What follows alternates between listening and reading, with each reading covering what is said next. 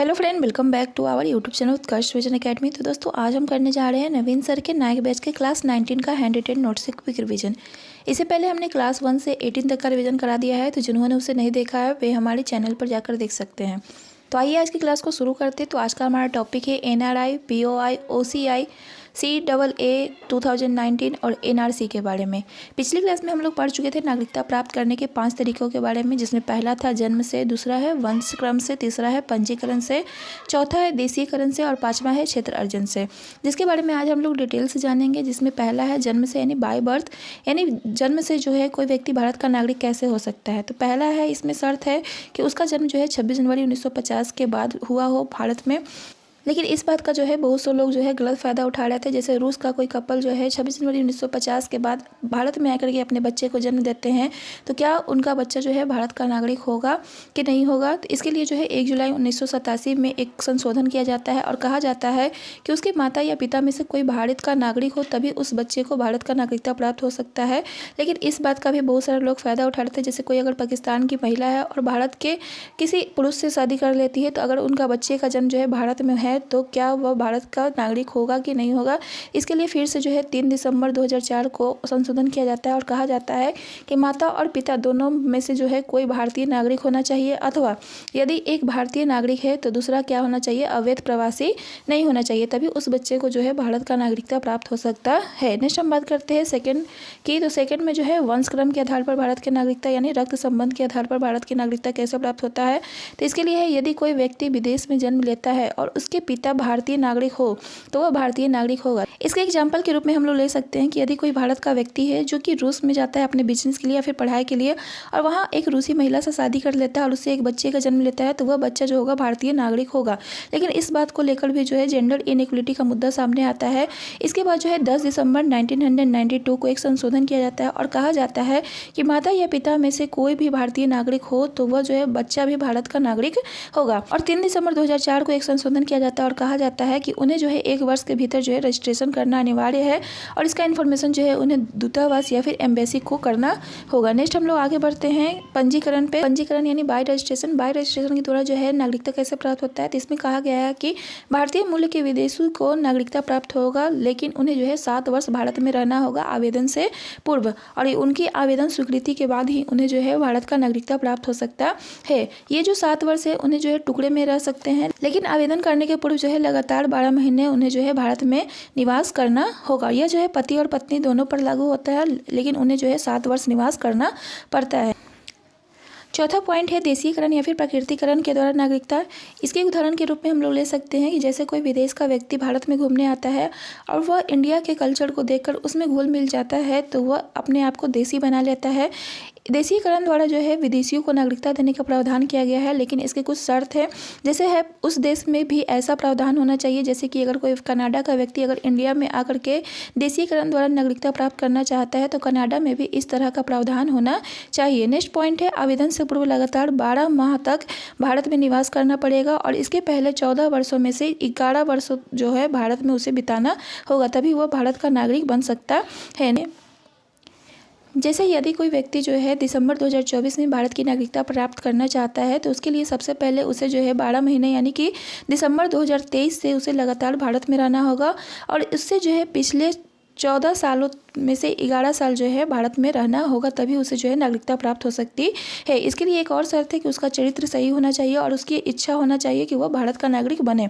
Next अगर बात करते हैं, उसे जो है 8वीं अनुसूची के भाषाओं में से किसी एक भाषा का ज्ञान होना चाहिए और वह जो है संविधान की निष्ठा की शपथ उसे लेना बहुत जरूरी है, तभी वह भारत का नागरिक बन सकता है। लेकिन यहाँ पर कुछ नोट दिया गया है, जैसे कि इंटेलेक्चुअल्स यानी बुद्धिजीवी जैसे कला, विश्व शांति या फिर मानव प्रगति या फिर विज्ञान, साहित्य या दर्शन में प्रख्यात व्यक्ति को जो है तुरंत नागरिकता देने का प्रावधान किया गया है। जैसे इसके एग्जाम्पल की बात कर सकते हैं तो अदनान सामी जो कि एक पाकिस्तान के सिंगर है, उन्हें जो है भारत की नागरिकता दिया गया है। नेक्स्ट अगर हम बात करते हैं 5वें पॉइंट की, यानी अर्जित क्षेत्र द्वारा नागरिकता कैसे प्राप्त होता है। तो जिस क्षेत्र को भारत के राज्य क्षेत्र में मिला लिया गया है, उस क्षेत्र का जो नागरिक होगा वह भारत का नागरिक स्वतः बन जाता है। जैसे कि एग्जाम्पल में हम ले सकते हैं सिक्किम, गोवा या फिर पुदुचेरी। तो इसमें जो है तुरंत आदेश जारी करके जो है उसे भारत का नागरिक बना दिया जाता है। नेक्स्ट हम बात करते हैं नागरिकता समाप्त होने के 3 तरीकों के बारे में। तो इसमें पहला है स्वेच्छा से त्याग यानी बाई रिनंसिएशन। इसमें यदि कोई मेल है या फिर फीमेल है, अगर वह स्वेच्छा से अपना नागरिकता त्याग करना चाहता है तो वह अपना नागरिकता को त्याग कर सकता है। यदि इन कपल का जो है यदि कोई बच्चा है, नाबालिग बच्चा है, तो उसकी भी नागरिकता जो है उनके साथ साथ खत्म हो जाती है। अगर बात करें स्वेच्छा से नागरिकता कब त्याग नहीं कर सकते हैं, तो स्वेच्छा से नागरिकता जो है युद्ध के समय त्याग नहीं सकते हैं। नेक्स्ट हम आगे बात करते हैं समाप्ति या फिर निरसन की। यदि कोई व्यक्ति जो है अन्य देश की नागरिकता ग्रहण कर लेता है तो वह जो है भारत का नागरिकता खो देता है। नेक्स्ट अगर बात करते हैं वंचित होना, इसमें जो है सिर्फ ऐसे लोग जो देशीयकरण या फिर पंजीकरण से भारतीय नागरिक बने हैं उनकी नागरिकता ख़त्म की जाती है। जैसे कि एग्जाम्पल के लिए यदि उन्होंने आवेदन के समय फर्जी दस्तावेज दिया हो या फिर वे शत्रु राष्ट्र से संबंधित हो या फिर 2 वर्ष से ज़्यादा उन्हें जो है सज़ा दी गई है नागरिकता मिलने के 5 वर्ष के अंदर, या फिर 7 वर्ष से वे भारत के बाहर रह रहे हों या फिर संविधान का अनादर कर रहे हों, तो उन्हें जो है भारत की नागरिकता से वंचित कर दिया जाता है। नेक्स्ट यहाँ पर कहा गया है कि यदि कोई व्यक्ति जो है यूएसए का है और वह जो है नेचुरलाइजेशन यानी 12 वर्ष और रजिस्ट्रेशन यानी 7 वर्ष से भारत में रह रहा है, तो वह जो है भारत का नागरिक होगा और उसे जो है भारत के नागरिक के ऑल राइट्स दिए जाएंगे। वह जो है यहाँ पर जो है यूपीएससी की एग्ज़ाम भी क्लियर कर सकता है और वह आईएफएस भी बन सकता है। नेक्स्ट हम बात करते हैं एनआरआई की। तो एनआरआई का फुल फॉर्म होता है नॉन रेजिडेंट इंडियंस। इसका मतलब है कि ये भारतीय नागरिक होते हैं और इनके पास जो है भारतीय पासपोर्ट भी होता है और ये जो है 182 प्लस दिन जो है विदेश में रहते हैं लेकिन वीजा पर रहते हैं। नेक्स्ट हम बात करते हैं पासपोर्ट यानी भारत में प्रवेश एक्ट की। तो यह जो है सबसे पहले 1920 में आया था और इसी में संशोधन करके पासपोर्ट एक्ट 1967 लाया गया। नेक्स्ट हम बात करते हैं फॉरेनर एक्ट कब आया, तो 1946 में। नेक्स्ट हम बात करते हैं पीआईओ की यानी पर्सन ऑफ इंडियन ऑरिजिन की। तो ये जो होते हैं भारत के नागरिक नहीं होते हैं, ये भारतीय मूल के व्यक्ति होते हैं यानी इनके कोई पूर्वज जो है भारतीय नागरिक होते हैं और ये कार्ड जो जारी हुआ था 2002 में जारी हुआ था। नेक्स्ट हम बात करते हैं ओसीआई की यानी ओवरसीज सिटीजनशिप ऑफ इंडिया की यानी समुद्र पारीय नागरिकता की। तो यह जो है सिर्फ एक दर्जा है जो कि 2003 से प्रारंभ हुआ था और ओसीआई के लिए जो है एक कमेटी का गठन किया गया था जिस कमेटी का नाम था एलएम सिंघवी कमेटी और इसका गठन जो हुआ था 2000 में हुआ था। इसने अपना रिपोर्ट जो है 2002 में पारित किया था और इसे जो है 2003 से शुरू किया गया। इसमें कहा गया कि 2005 से सभी देश के पीओआई जो हैं ओसीआई बन सकते हैं। एक्सेप्शन में बात करें तो पाकिस्तान और बांग्लादेश को रखा गया है ना। नेक्स्ट हम बात करते हैं ओसीआई के बारे में। तो ओसीआई को जो है निवेश में छूट दिया जाता है और दूसरा अगर बात करें इन्हें जो है विदेशियों की तरह ट्रीट नहीं किया जाता है और इन्हें जो है आजीवन वीज़ा प्राप्त हो जाता है यानी एफआरओ की कोई ज़रूरत नहीं होती है और इन्हें जो है बार बार अपना वीज़ा रिन्यू कराने की ज़रूरत नहीं होता है। लेकिन एक्सेप्शन केस की बात करें तो इस रिसर्च या शोध के लिए आए व्यक्ति को जो है अपना वीज़ा जो है रिन्यू कराना पड़ता है। नेक्स्ट हम बात करते हैं ओसीआई जो है भारत में ज़मीन खरीद नहीं सकते हैं और यदि किसी के पास जो है 5 वर्ष तक का जो है ओसीआई कार्ड है तो वह भारत की नागरिकता के लिए आवेदन कर सकते हैं। नेक्स्ट हम बात करते हैं सीएए एक्ट 2015 की यानी सिटीजनशिप अमेंडमेंट एक्ट 2015 की। तो इसमें जो है पीओआई और ओसीआई का जो है विलय करके ओसीआई कार्ड धारक बना दिया गया यानी ओसीआई कार्ड होल्डर बना दिया गया। नेक्स्ट हम बात करते हैं नागरिकता संशोधन अधिनियम 2019 की। तो नागरिकता संशोधन 2019 जो है वह कब आया था, पारित हुआ था, तो 11 दिसंबर 2019 को पारित हुआ और 10 जनवरी 2020 को जो है इसे लागू कर दिया गया। और इसमें जो है 3 प्रकार के संशोधन किए गए, जैसे अवैध प्रवासी की परिभाषा में संशोधन किया गया। इसमें कहा गया कि यदि कोई व्यक्ति जो है अफगानिस्तान, पाकिस्तान या फिर बांग्लादेश के हिंदू, सिख, ईसाई, बौद्ध, पारसी, जैन हैं तथा 31 दिसंबर 2014 तक भारत आ गए थे तो वे जो है अवैध प्रवासी नहीं माने जाएंगे। नेक्स्ट अगर हम बात करते हैं अवैध प्रवासी कौन होते हैं, तो अवैध प्रवासी वे होते हैं जो भारत में बिना पासपोर्ट के आए हुए होते हैं या फिर जिनकी समय सीमा पूरी हो चुकी होती है तो उन्हें जो है अवैध प्रवासी कहते हैं। और इसके अपवाद में अगर हम बात करें तो 6ठी अनुसूची के जो क्षेत्र हैं उन्हें जो है अवैध प्रवासी नहीं माना जाएगा। नेक्स्ट हम बात करते हैं देशीयकरण द्वारा नागरिकता के प्रावधान में संशोधन किया गया था। इसमें जो है 3 देश जैसे अफगानिस्तान, पाकिस्तान और बांग्लादेश के 6 धर्म जैसे हिंदू, सिख, पारसी, जैन, ईसाई और बौद्ध को अब जो है 5 वर्ष तक निवास करना पड़ेगा नागरिकता प्राप्त करने के लिए। 3rd संशोधन किया गया, ओसीआई निरस्त करने में संशोधन किया गया। इसमें कानून के उल्लंघन पर जो है ओसीआई जो होगा निरस्त कर दिया जाएगा। नेक्स्ट हम बात करते हैं आर्टिकल 14 की। तो इसमें जो है समानता के अधिकार का वर्णन किया गया है और आर्टिकल 15 में जो है धर्म के आधार पर कोई भेदभाव नहीं किया जाएगा। आर्टिकल 15 की बात करें तो यह जो है केवल भारतीय लोगों को प्राप्त है। नेक्स्ट हम बात करते हैं एनपीआर की। तो एनपीआर का फुल फॉर्म होता है नेशनल पॉपुलेशन रजिस्टर। यह जो होता है राष्ट्रीय जनसंख्या रजिस्टर होता है और इसमें जो होता है रिकॉर्ड रहता है किसका, तो सभी निवासी का, जिसमें सभी निवासी में अवैध प्रवासी, विदेशी, शरणार्थी और नागरिक आते हैं। और इसमें जो निवासी होते हैं वे 6 माह से भारत में रह रहे होते हैं या फिर अगले 6 माह तक भारत में रहने की इच्छा रखते हैं। इनमें जो होता है उनके रिकॉर्ड जैसे कि नाम, जन्म तिथि, शिक्षा और व्यवसाय रखा जाता है। इसमें जो है आधार कार्ड का कोई जिक्र नहीं किया गया है। नेक्स्ट हम बात करते हैं एनपीआर की। तो एनपीआर जो है पहली बार जो है 2010 में तैयार किया गया था और इसके बाद जो है इसका अपडेट किया गया था 2015 में और उसके बाद 2013 और 15 में बताया गया था कि 118 करोड़ जो है एनपीआर का रिकॉर्ड किया गया है। नेक्स्ट हम बात करते हैं एनआरसी की। तो एनआरसी का मतलब होता है नेशनल रजिस्टर ऑफ सिटीजन यानी राष्ट्रीय नागरिक रजिस्टर। नेक्स्ट हम बात करते हैं असम की। तो असम में जो है 1980 में छात्र आंदोलन होता है। असम में जो है 50 लाख बांग्लादेशी जो है अवैध प्रवासी के रूप में रह रहे थे और इस आंदोलन में यह मुद्दा उठाया जाता है कि जो भी लोग जो है अवैध प्रवासी के रूप में भारत में रह रहे हैं वे जो है भारत से बाहर होने चाहिए। नेक्स्ट हम बात करते हैं असम एकॉर्ड की यानी असम समझौता की, जो कि 15 अगस्त 1985 में हुआ था।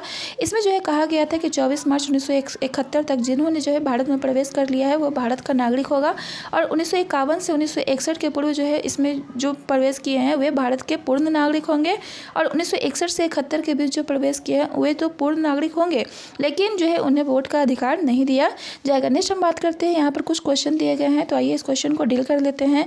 जैसे पहला क्वेश्चन है पीआईओ का ओसीआई में विलय कब हुआ था। तो पीआईओ का जो है ओसीआई में विलय जो हुआ था 2015 में हुआ था। बात करें इसका सुझाव किसने दिया था, तो इसके सुझाव जो दिया था GOPIO दिया था यानी global organisation of people of Indian origin ने दिया था। नेक्स्ट हम बात करते हैं भारत सरकार द्वारा पीआईओ कार्ड जो है जारी किए जाने का विचार किस संगठन ने दिया था। तो भारत सरकार द्वारा पीआईओ कार्ड जारी किए जाने का जो विचार दिया था वह GOPIO ने दिया था। नेक्स्ट अगर बात करते हैं तीसरे क्वेश्चन की, तो भारतीय विदेशी नागरिक के संबंध में निम्नलिखित में कौन सा कथन सही नहीं है। तो बात करें ऑप्शन की, तो इसमें पहला ऑप्शन है एक ओसीआई दूसरे देश का नागरिक होता है, तो यह कथन सही है। दूसरा है ओसीआई के पास जो है भारत आने के लिए बहु प्रवेश दीर्घकालीन वीज़ा होता है, तो यह भी कथन सही है। तीसरा ऑप्शन है ओसीआई सभी मामले में अप्रवासी भारतीयों के बराबर होते हैं, तो यह कथन गलत है। चौथा ऑप्शन है एक ओसीआई सार्वजनिक रोजगार के अवसर में समानता के मौलिक अधिकार का हकदार नहीं है, तो यह भी कथन सही है, यानी कि इसमें जो ऑप्शन सी है वह कथन गलत है। नेक्स्ट क्वेश्चन है निम्नलिखित में कौन सी भारत की नागरिकता प्राप्त करने की शर्त नहीं है। तो इसमें जो है पहला निवास स्थान, दूसरा वंश और पंजीकरण है, लेकिन संपत्ति रखना जो है भारत की नागरिकता प्राप्त करने की शर्त नहीं है। नेक्स्ट अगर हम बात करते हैं भारत की प्रवासी नागरिकता योजना के अंतर्गत भारत के प्रवासी जन समूह को निम्नलिखित में से क्या प्रदान नहीं किया जाता है। तो इसका आंसर है ऑप्शन बी, यानी कि नागरिकों के रूप में राजनीतिक अधिकार नहीं दिया जाता है। नेक्स्ट क्वेश्चन है प्रवासी भारतीय नागरिक योजना पर मार्च 2021 में जारी न्यूनतम अधिसूचना के संदर्भ में निम्नलिखित कथनों पर विचार कीजिए। तो सबसे पहला ऑप्शन है ओसीआई कृषि भूमि खरीद सकता है, तो यह कथन गलत है। दूसरा है ओसीआई चिकित्सा, अधिवक्ता, वास्तुविद और चार्टर्ड अकाउंटेंट का पेशा कर सकता है, तो यह कथन सही है। तीसरा है ओसीआई किसी भी अनुसंधान, किसी भी मिशनरी या फिर पत्रिका गतिविधि को प्रारंभ कर सकता है, तो ये कथन सही है, यानी इसमें ऑप्शन 2 और 3 जो है सही है और ऑप्शन 1 जो है गलत है, क्योंकि ओसीआई जो है कृषि भूमि खरीद नहीं सकता है। नेक्स्ट क्वेश्चन है overseas citizen of India OCI के संदर्भ में निम्नलिखित में से कौन सा कथन सही नहीं है। तो पहला ऑप्शन है एक विदेशी नागरिक जिनके या तो माता पिता या फिर दादा दादी या फिर परदादा दादी जो है पाकिस्तान या फिर बांग्लादेश के नागरिक थे, वे इसके लिए योग्य नहीं है, तो यह कथन सही है। दूसरा ऑप्शन है एक ओसीआई का केवल 10 वर्षों की गतिविधि के लिए कई प्रवेश वीज़ा दिए जाते हैं, तो यह कथन गलत है। तीसरा ऑप्शन है एक ओसीआई अनुसंधान कार्य जिसके लिए विशेष अनुमति की आवश्यकता होती है को छोड़कर सभी गतिविधियों को करने की अनुमति होती है, तो यह कथन सही है। और चौथा ऑप्शन है कोई भी विदेशी नागरिक जो 26 जनवरी 1950 को भारत का नागरिक बनने के लिए पात्र था वह इसके लिए पात्र है, तो यह भी कथन सही है, यानी इसका ऑप्शन जो है केवल बी जो है गलत है। नेक्स्ट क्वेश्चन है नागरिकता संशोधन अधिनियम 2019 जो है भारत में कब लागू हुआ। तो नागरिकता संशोधन अधिनियम जो है 2019 भारत में जो है 10 जनवरी 2020 को लागू हुआ। नेक्स्ट क्वेश्चन है निम्नलिखित में किस क्षेत्र को नागरिकता संशोधन अधिनियम 2019 के कार्य क्षेत्र से छूट दी गई थी। तो छठी अनुसूची के क्षेत्र को जो है इससे छूट दी गई थी। नेक्स्ट क्वेश्चन, नागरिकता संशोधन अधिनियम जो है कब पारित किया गया था? तो नागरिकता संशोधन अधिनियम जो है 11 दिसंबर 2019 को पारित किया गया था। नेक्स्ट क्वेश्चन, नागरिकता संशोधन अधिनियम 2019 का उद्देश्य क्या था? तो नागरिकता संशोधन अधिनियम 2019 का जो उद्देश्य था वह था अफगानिस्तान, बांग्लादेश और पाकिस्तान में उत्पीड़ित अल्पसंख्यक समूहों को नागरिकता प्रदान करना। नेक्स्ट क्वेश्चन है, निम्नलिखित में कौन सी जानकारी राष्ट्रीय जनसंख्या रजिस्टर भारत की जनगणना 2011 में नहीं संग्रहित है? तो इसमें जो है आधार संख्या को शामिल नहीं किया गया। नेक्स्ट क्वेश्चन है, भारत की जनगणना के संबंध में एनपीआर का पूर्ण रूप क्या है? तो एनपीआर का फुल फॉर्म होता है national population register. Next question है, राष्ट्रीय नागरिक रजिस्टर का पूरा मसौदा आधिकारिक तौर पर किस राज्य सरकार द्वारा प्रकाशित किया गया था? तो राष्ट्रीय नागरिक रजिस्टर का पूरा मसौदा जो है असम सरकार के द्वारा प्रकाशित किया गया था। नेक्स्ट क्वेश्चन है, जुलाई 2018 के राष्ट्रीय नागरिक रजिस्टर के मसौदे के अनुसार निम्नलिखित राज्यों में 40 लाख से अधिक अवैध प्रवासी कौन से थे? तो असम इसका आंसर है। नेक्स्ट क्वेश्चन है, आगे हम लोग बढ़ते हैं, एनआरसी का सही पूर्ण रूप क्या है? तो एनआरसी का जो फुल फॉर्म होता है नेशनल रजिस्टर ऑफ सिटीजन। तो आज के लिए बस इतना ही, मिलते हैं नेक्स्ट लेक्चर के रिवीजन में, तब तक के लिए बाय बाय।